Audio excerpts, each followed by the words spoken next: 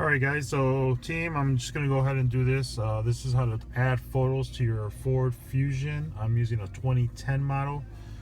People are having problems trying to do it. So as long as you have the CD drive, you can do it. Some newer cars, 2014 and newer, you can do it through a USB drive. But for the ones that have a CD drive, we're just going to go ahead, no pair of phones. So I don't know if it matters, but we're gonna go ahead and select on the little play button here till we get the Ford logo. You're gonna keep touching that. Now with the Ford logo, you're gonna go ahead and touch the logo itself. Now it pulls up this information page. Let me see if I can turn some lights if it helps. There you go. Helps a little better, so that's good. So I've already made a Fusion disc, as you can see here, and I can do another video and combine it and how to make this disc so you can upload your pictures. So basically right now by default you have the Ford, you can do the add, you can do randomizers, so it'll change into different photos. So what we're going to do is going to go ahead and insert this disc. There we go, and it's just a basic CDR. The images are what is it, it's like up to 32 images you can do. So as we already inserted, you basically have to wait a few minutes, because right now if you go ahead and touch the add, sometimes it'll work, sometimes not.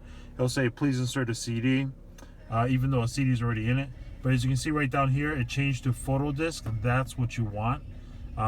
So you want to go and hit OK. So as you can see, the specs here is basically photo requirements, format JPEG, JPE, JPEG. I'm running JPEG. Maximum image size is 1.5. and the maximum number of photos is 32. So I have probably like 10 or 15 in here. So we're just gonna hit OK. And you can see there's gonna be no photos. So what you wanna do is hit add again. You may be prompted with this screen, and then you wanna go ahead and hit OK again. Sometimes it takes a moment to pick up. There are the images, it's popping up. Here I have on the side, so I can go select through the ones that I want. There's my kid and my godmother. But let's see if I go ahead. I have one for a lift car, and there it is. It's doing basically the whole full screen that I can do it to.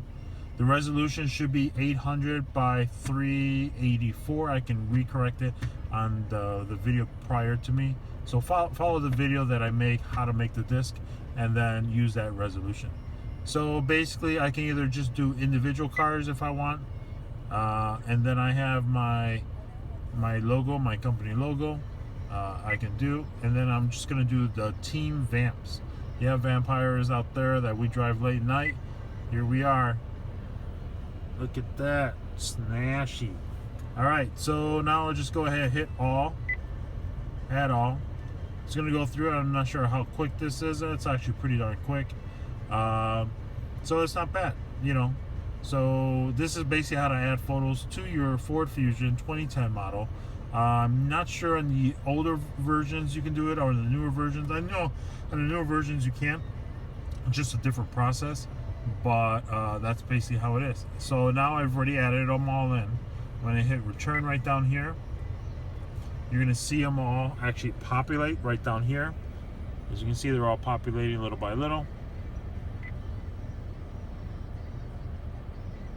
So I do Square as well and accepting payments, so that works out great. I have my kid, I have Snowball, that's right over here. So let's go ahead and see how this works out. So I did the lift, and you can see that it actually takes up a good portion of the whole screen, so that's great. We'll just go through random photos here, see how the resolution comes in. Hey, there's Santa for when I'm doing lift for Christmas. Let's see what else we have here. I have myself here and the three girls. I have my iOSGenius logo, so if you ever see that logo around, that's me driving. My license plate is Sifu, S-I-F-U. Here's a lift car that I found online, and I just downloaded it and imaged it right. So all the resolution that I have set on mine are all the same resolution. That's why you don't see too much of the black bars on the top and bottom. And then, you know, there's a little bit more here. So I can put this one up, and see that takes up a good portion, and plus the screen itself on the display is black, so that would definitely help out a lot there. And then here are all our lyft stashes that we got from Marcus Dwayne. Thanks, Marcus, greatly appreciate it. Always supporting lyft. Alright, so that's pretty much it. I'm just going to put on randomizer. Also, the other thing is to know your default Ford logo, you cannot remove this. As much as you would like to delete it, as you can see, it does not give you the option to edit it or delete it. So if you select another photo, then you do have the option to edit it or delete it. Let's see what happens when you hit edit. Oh, that's pretty cool. You can actually zoom in, zoom out. You can also rotate right, rotate left if it's not fit right. And there's a fit visible. Let's see how that fit visible works. Oh, that is awesome. So it actually fills up the screen. We're going to see in a moment when we get out of this and see if it actually fills it completely. So, you know what? Let's go back for a quick moment. As much as I love that photo, oh, you know what? I wonder. Let's see. Look at that. So when I hit fit screen, it enlarged it, and it enlarged the actual photo itself. So it's not like this anymore. So what you can do is you can actually just hit edit, select fit visible. It stretches it out, which is fine. Hit back.